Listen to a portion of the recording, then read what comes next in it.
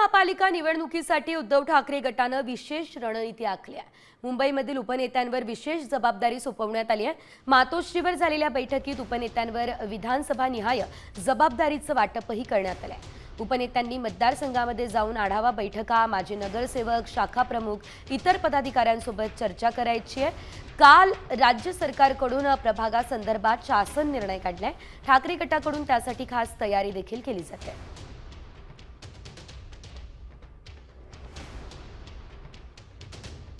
सचिन आहेर, Malabar hill, Colaba आणि मुंबादेवी या ठिकाणची जबाबदारी त्यांच्यावर असेल। अमोल कीर्तिकर यांच्यावर दहिसर, बोरीवली आणि मागाठाण्याची जबाबदारी असणार आहे। उद्धव कदम यांच्यावर चारकोप, कांदिवली आणि मालाड पश्चिमची जबाबदारी असेल।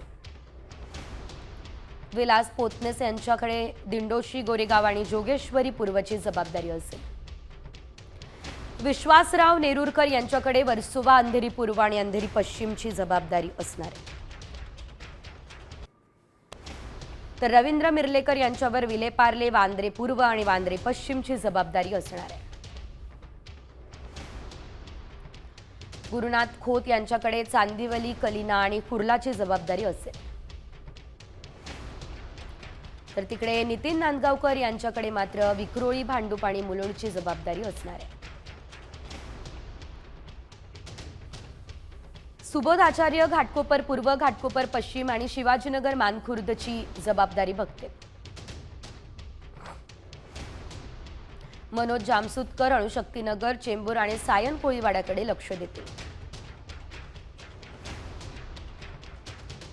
अरुण दुधवडकर धारावी, माहीम आणि वडाळा या ठिकाणची जबाबदारी सांभाळतील।